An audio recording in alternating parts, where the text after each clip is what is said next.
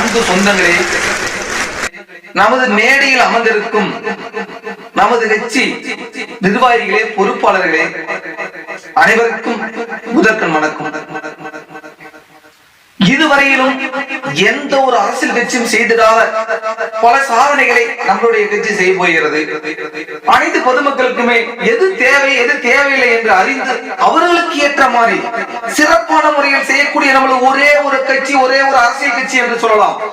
எந்த ஒரு அரசியல் கட்சியும் செய்திடாத ஒரு சிறப்பான ஒரு செயலை செய்ய போகிறது. அப்படி என்னவென்றால், தேர்தல் வாக்குறுதிகளை வீடு வீடாக சென்று பொதுமக்களிடம் அவர்களிடம் கருத்து கேட்டு அந்த கருத்தின் அடிப்படையிலேயே நம்மளுடைய தேர்தல் வாக்குறுதிகளை சிறப்பாக நிறைவேற்றப்படும். இப்படி எந்த ஒரு அரசியல் கட்சியும் செய்திடாத நம்முடைய வாக்குறுதிகள் முதலாக என்னவென்று கேட்டால், இன்றைக்கு மக்களுக்கு தேவையான முக்கியமான ஒன்று அப்படின்னு சொல்லலாம். சிறப்பு சலுகை என்னன்னு கேட்டீங்கன்னா, நம்மளுடைய தேர்தல் வாக்குறுதியில மக்களுக்கு தேவையான மதுபானம், அதான் சாராயம் அப்படின்னு சொல்லலாம், அவர்களுக்கு தேவையான அந்த மதுபானங்களை சாராயம் அப்படின்னு சொல்லக்கூடியது அவர்களே வீட்டு வீடாக தயாரித்துக் கொள்ளலாம். நம்முடைய வாக்குறுதியின் முதல் பட்டியல் 1.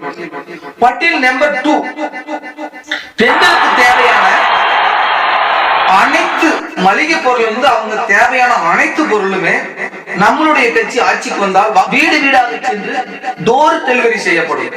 பெண்களுக்கு நம்ம நாட்டின் வளர்ச்சிக்காக வேண்டி பெண்களுக்கு குறிப்பா ஆண்ட்ராய்டு செல்போன் வழங்கப்படும்.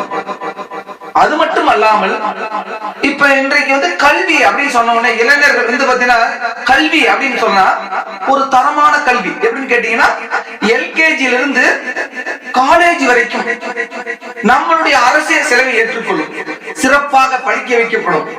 இப்படி அற்புதமான ஒரு செயல். 4ஆவதாக என்னவென்று கேட்டால், மருத்துவம் அப்படின்னு சொன்ன உடனே இந்த மருத்துவத்தில் வந்து ஏழை எளிய மக்கள் வந்து நிறைய பாதிக்கிறாங்க. இப்போ ஒரு சிறப்பான ஒரு பெரிய ஒரு பணக்காரர், மிகப்பெரிய ஒரு அற்புதமான பெரிய பணக்காரா இருக்காரு, அவரு பெரிய லெவல்ல இருக்கக்கூடிய ஹாஸ்பிட்டலுக்கு எல்லாம் போறாரு, அவர் மருத்துவத்தை வந்து எளிமையா செஞ்சுக்கிறாரு. ஆனா அந்த மாதிரி ஏழை எளிய மக்கள் வந்து அவ்வளவு அளவுக்கு சிறப்பா செய்ய முடியறது. அதனால வேண்டி இது எந்த ஒரு அரசியல் கட்சியும் செய்திடாத ஒரு சிறப்பான ஒரு செயல் தான். என்னவென்று கேட்டால், வீட்டுக்கு ஒரு டாக்டர் தந்து விடுவோம். இதுதான் நம்மளுடைய வாக்குறுதிகள். வீட்டுக்கு ஒரு டாக்டர் நம்பர் ஒன்று இருக்கும். அந்த நம்பருக்கு தான் ஒரு போன் பண்ணீங்கன்னா டாக்டர் வந்து வீட்டிலேயே நிற்பாரு. உங்கள் வீடை தேடி நம்மளோட டாக்டர் குழுவே வீடு தேடி வரும்.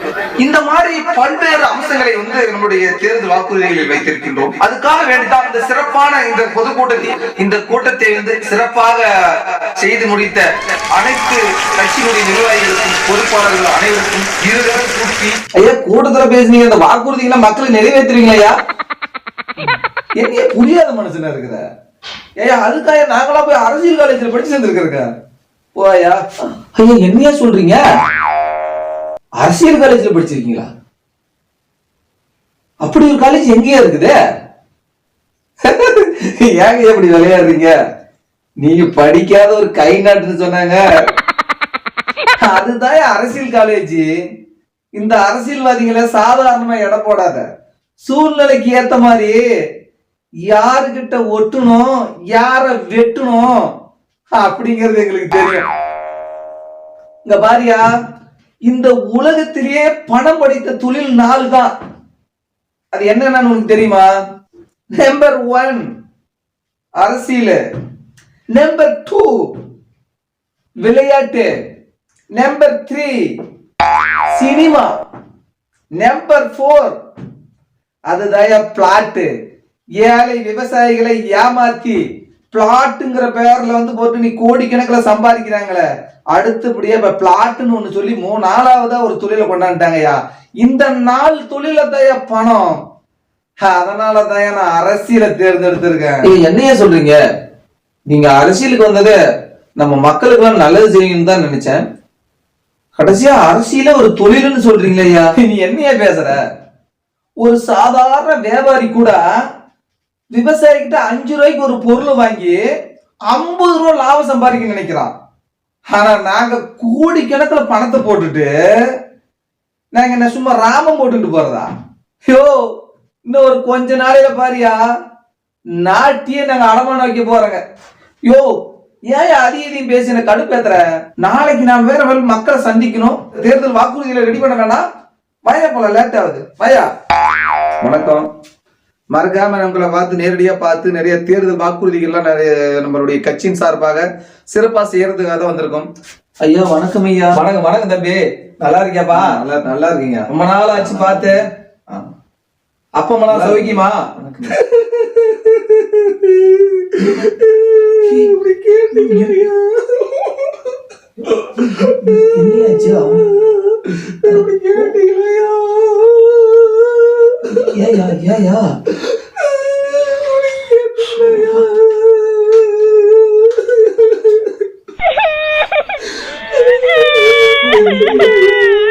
இப்படி போய் கேட்டீங்களா? இப்படி கேட்டீங்களா? இப்படி கேட்டீங்களா? என்னையாச்சு? ஏன் அப்படி பண்ணீங்க? என்னையா இப்படி கேட்டீங்களா? ஓ, அட, என்னையாச்சு? இப்படி கேட்டீங்க?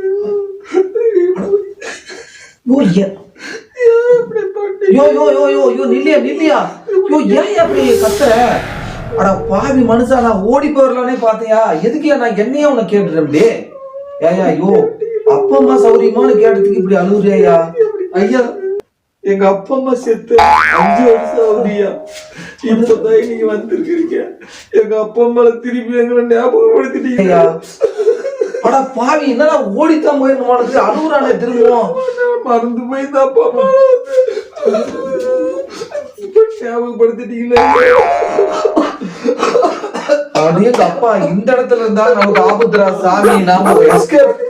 ஐயா வணக்கம். ஐயா வணக்கம் ஐயா.